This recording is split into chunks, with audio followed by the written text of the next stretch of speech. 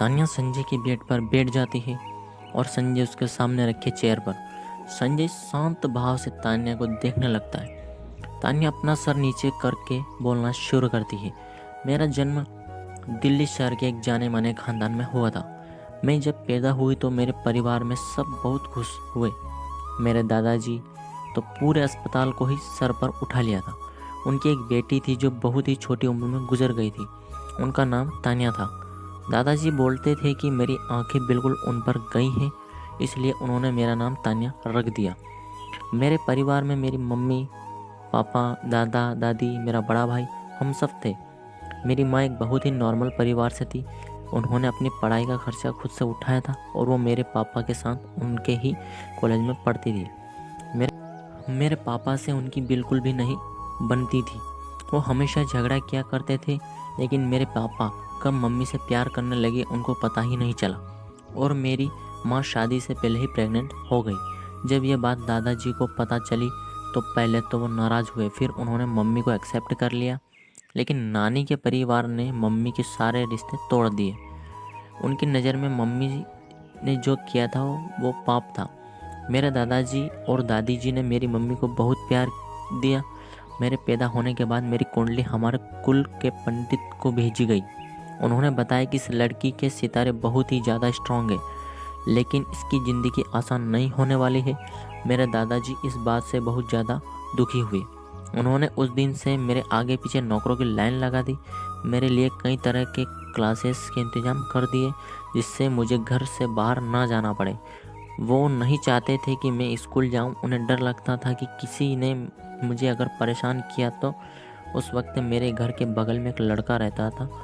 वो बहुत ही अकड़ू था। वो छोटी छोटी बात पर मुझसे लड़ता था, मुझे बहुत चिढ़ाता था, लेकिन फिर हमारे बीच धीरे धीरे दोस्ती हो गई।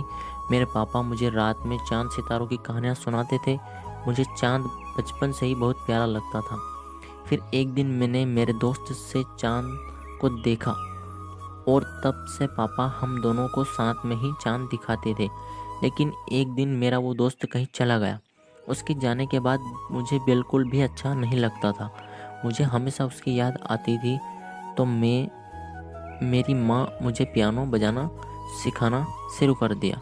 मेरी माँ को पियानो बजाना बहुत पसंद था। फिर मेरी ज़िंदगी में वो काली अंधेरी रात आई, जिसको मैं ना चाहकर भी भूल नहीं पाई। उसने मुझसे मेरा सब कुछ छीन लिया। जब मैं 10 साल की थी, मैं छत पर बैठकर चांद को देख रही थी। अचानक से मेरे घर में चीखने चिल्लाने की आवाज़ सुनाई देने लगी। तभी मेरे पापा भागते हुए ऊपर आए। उनके शरीर पर जलने के निशान थे। उन्होंने मुझे पकड़ा और मेरी आंखें में देखते हुए बोला, मेरे बच्चे, मुझे माफ़ कर दो, अपना ख्याल रखना, राजीव अंकल की हर बात मानना। पापा आपके साथ यहीं तक थे और उन्होंने कहा मैं आपको यहाँ से नीचे फेंकने वाला हूँ, आंखें बंद कर लो। मैं रोने लगी, पर उन्होंने मुझे ऊपर से नीचे पूल में फेंक दिया और राजीव अंकल ने मुझे वहाँ से निकाल लिया। पापा के ऊपर से ही बोला, राजीव इसको दूर ले जाओ, बहुत दूर, किसी को पता ना चले कि यह हमारी बेटी है। राजीव अंकल मुझे लेकर बाहर की तरफ भागने लगे। मैं अपने पापा को देख रही थी।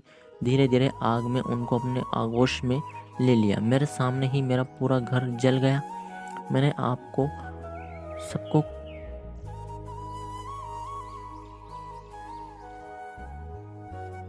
राजीव अंकल मेरे दादाजी के बहुत वफादार आदमी थे। राजीव अंकल मुझे अपने घर ले गए। हम कुछ दिन वहाँ रहे। फिर वो एक दिन भागते हुए मेरे पास आए और उन्होंने बताया, छोटी मालकिन, अब आपको मेरे पास से जाना होगा। उन लोगों ने मुझे ढूंढ लिया है। फिर उन्होंने मुझे अपने एक भरोसेमंद साथी को सौंप दिया और मुझे अनाथालय छोड़ने को कहा। उन्होंने मुझे अनाथालय छोड़ दिया। मेरे दादाजी हर साल उस अनाथालय को डोनेशन दिया करते थे। मैं वहीं पली बड़ी, लेकिन मुझे हमेशा अजीब लगता था, क्योंकि वहाँ जब भी कोई बच्चा गोद लेने आता था तो लोग उनके सभी बच्चों को दिखाते थे, पर मुझे वो अलग कर देते थे। अगर कोई मुझे गोद लेना चाहता भी था तो वो लोग मुझे गोद नहीं ले पाते थे। पहले मुझे अच्छा नहीं लगता था, लेकिन फिर एक दिन मेरे अनाथालय में 2 लड़के आए। उनमें से एक राहुल था और दूसरा कौन था मुझे पता नहीं, पर मुझे वो दूसरा लड़का बहुत पसंद था। वो हमेशा तो नहीं, पर हर त्योहार पर आता था और मैं उसको छुप छुप कर देखती थी। वो बिल्कुल मेरे उस पड़ोस वाले दोस्ती की तरह दिखता था। शायद इसीलिए मैं उसे पसंद करती थी। उसको सोच सोच के मैं खुश होती जा रही थी। लेकिन कुछ समय बाद उसने अनाथालय आना बंद कर दिया। मैं बहुत बेचैन होने लगी। मुझे कुछ भी अच्छा नहीं लगता था। लेकिन फिर हमारे अनाथालय में पूजा आई। वो मेरी सबसे अच्छी दोस्त बन गई और हम सभी काम साथ में करते थे। वो मेरे लिए मेरी बहन से भी बढ़कर थी। वक्त बीतता गया और उस लड़के की याद धुंधली हो गई। जब मैं 18 साल की हुई तो एक दिन मुझे एक वकील मिलने आए। वो मेरे परिवार के वकील थे। उन्होंने मुझे बताया कि मेरे घर में जो आग लगी थी उसमें कोई नहीं बचा था। उन्होंने बताया कि उनका एक भरोसेमंद एम्प्लॉय विजय सिंघानिया ने एक बहुत बड़ा फ्रॉड किया था, जिसकी वजह से हम लोग दिवालिया होने के कगार पर थे। लेकिन सबूत न मिलने के कारण वो बच गया। यह नाम मेरे जहन में बस गया था। उन्होंने मुझे बताया कि अब मैं अपनी मर्जी से कॉलेज में एडमिशन ले सकती हूँ। और ये भी मेरे दादाजी ने मेरे लिए पहले से ही एक सीक्रेट बैंक अकाउंट खोल रखा था, जिसमें मेरे लिए लगभग 10 करोड़ रुपए थे। दादाजी को कुछ पता चल गया था शायद कि कंपनी में कुछ गड़बड़ हो रही है, और ये लिखा भी था कि जब मैं 18 साल की हो जाऊंगी तो ये पैसे मुझे मिलेंगे। ये सुनकर मुझे लगा कि मेरे दादाजी मुझे कितना ज़्यादा प्यार करते थे। मैंने वहाँ से निकलकर फैशन डिज़ाइनिंग का कोर्स करने के लिए कॉलेज में एडमिशन लिया। एक बार मैं कैंटीन में बैठी थी तो कुछ लड़के मुझे परेशान करने लगे। एक लड़के ने मुझे उनसे बचाया। वो लड़का सूरज था। सूरज पर गलत एक्टिविटी के कारण पूरे कॉलेज में फेमस था, तो मैं उससे दूर ही रहती थी। एक दिन सूरज राहुल के साथ कॉफ़ी पीने कैंटीन आया और वहीं पर एक बार फिर मेरी मुलाकात राहुल से हुई। वो वहाँ MBA कर रहा था। हम दोनों में दोस्ती हो गई। मैं अक्सर उन लोगों के घर जाया करती थी। अगर कोई मुझे परेशान करता था तो मैं कुछ नहीं बोलती थी, लेकिन राहुल मुझे हमेशा सबसे बचाता था और इस बात के लिए मेरा मजाक भी उड़ाता था। मैं राहुल को बहुत पसंद करने लगी थी और राहुल भी मुझसे प्यार करने लगा था। एक दिन हम सब, मैं, पूजा, सूरज, राहुल और राहुल सूरज के कुछ फ्रेंड्स, हम लोग नाइट आउट के लिए बाहर गए थे। वहीं पे मैं पहली बार सनाया से मिली।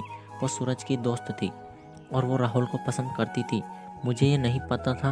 उस दिन पहली बार सूरज ने मेरे और राहुल के बीच गलतफहमी के बीज बोए थे। उसने मुझे कॉल किया और अपने कैंप में बुलाए, ये कहे कि उसने कुछ ज़रूरी काम है। जब मैं वहाँ गई तो उसने चक्कर आने का बहाना किया और मेरे कंधे पर सिर रखकर खड़ा हो गया।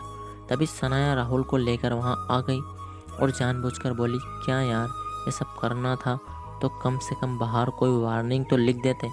मैंने जब राहुल को देखा तो उसे सब समझाया और सूरज ने भी समझाया, जैसा तुम सोच रहे हो वैसा कुछ नहीं है। राहुल नाराज़ हो गया, वो बाहर चला गया। मैं भी उसको समझाने गई तो उसने मुझसे एक बात कही, तुम मुझसे कभी अपने नज़रें न चुराना। अगर कभी ऐसा किया तो मैं समझ जाऊंगा कि जो मैंने देखा वो सच था। मैंने तुमसे जो वो झूठ है, वो तुम्हारी किसी बात पर विश्वास नहीं करूंगा। फिर उसने मुझे गले लगाया। मुझे राहुल की ये बात छू गई कि उसे अपनी आंखों देखी सच्चाई से ज़्यादा मेरी आंखों की सच्चाई पर भरोसा है। फिर सूरज भी मेरे पास आया और उसने भी माफ़ी मांगी और बोला कि मैं जानबूझकर नहीं किया था। मैंने भी उसे माफ़ कर दिया। लेकिन पूजा मुझे हमेशा से ही सूरज से दूर रहने को बोलती थी। मुझे लगता था कि वो मुझे लेकर बहुत प्रोटेक्टिव इसलिए बोलती है, तो मैं उसकी बात को हमेशा हंसी में टाल देती थी। इसी तरह वक्त बीतता गया। सूरज और सनाया ने एक से ही मेरे और राहुल के बीच गलतफहमियां पैदा करने की कोशिश करते रहे, लेकिन राहुल हमेशा से ही मुझ पर विश्वास करता था। मुझे नहीं पता था कि सूरज ऐसा क्यों करता था, लेकिन जब तक राहुल मुझ पे यकीन करता था मुझे कोई डर नहीं था। मैंने अपनी डिग्री कंप्लीट कर ली। मैंने एक छोटी सी वर्कशॉप खोली। बहुत जल्दी ही मार्केट में मेरे काम को पसंद किया जाने लगा और मुझे लगा कि मेरे सपने पूरे होने लगे। लेकिन तानिया गहरी सांस लेती है। संजय बोलता है, लेकिन क्या? और तानिया आगे बोलती है, सब कुछ ठीक चल रहा था। फिर राहुल के डैड ने अपनी कंपनी अपने बेटों के नाम करने की सोची। राहुल के बड़े होने की वजह से उसे कंपनी का CEO बनाने की बात कही। सूरज को यह बात बिल्कुल अच्छी नहीं लगी। उसे लगा कि उसका सौतेला भाई होने की वजह से उसके डैड उसके साथ ऐसा कर रहे हैं। उसने राहुल से सब कुछ छीन लेने की सोच ली। उस दिन से वो गलत कामों में उतर आया। उसने खुद की कंपनी बना ली। कंपनी तो बस दिखाने के लिए थी, उसकी आड़ में वो सब तरीके गलत काम करने लगा। सब उससे डरते थे, इसीलिए वो कभी पकड़ा नहीं गया। वो राहुल से भी नफरत करता था, लेकिन राहुल को ये दिखता था कि वो उससे बहुत प्यार करता है। वो उससे सब कुछ छीन लेना चाहता था और वो ये जानता था कि राहुल सबसे ज़्यादा मुझसे प्यार करता है, तो मैं सबसे पहले मुझे उससे दूर करना चाहता था। फिर वो हर बार कुछ ऐसा करता कि राहुल और मेरे बीच झगड़े होने लगे, लेकिन फिर हम दोनों एक साथ हो जाते थे। सनाया को ये बात बिल्कुल भी अच्छी नहीं लगती थी, तो उसने राहुल से कहा कि तुम्हें नहीं लगता कि तान्या आजकल कुछ ज़्यादा ही सूरज के साथ रहती है? ऐसा लगता है कि तुम्हारी नहीं उसकी गर्लफ्रेंड है। पर राहुल को मेरे और सूरज पर विश्वास था। सूरज पर तो वह आंख मूंद कर भरोसा करता था।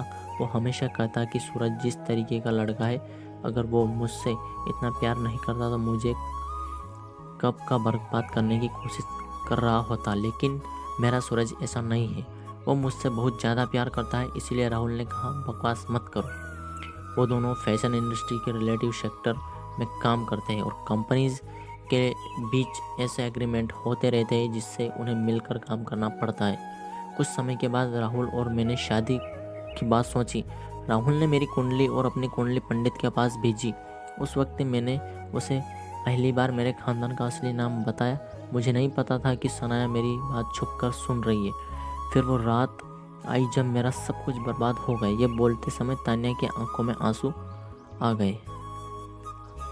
अगला एपिसोड देखने के लिए जुड़े रहिए हमारे साथ में। धन्यवाद।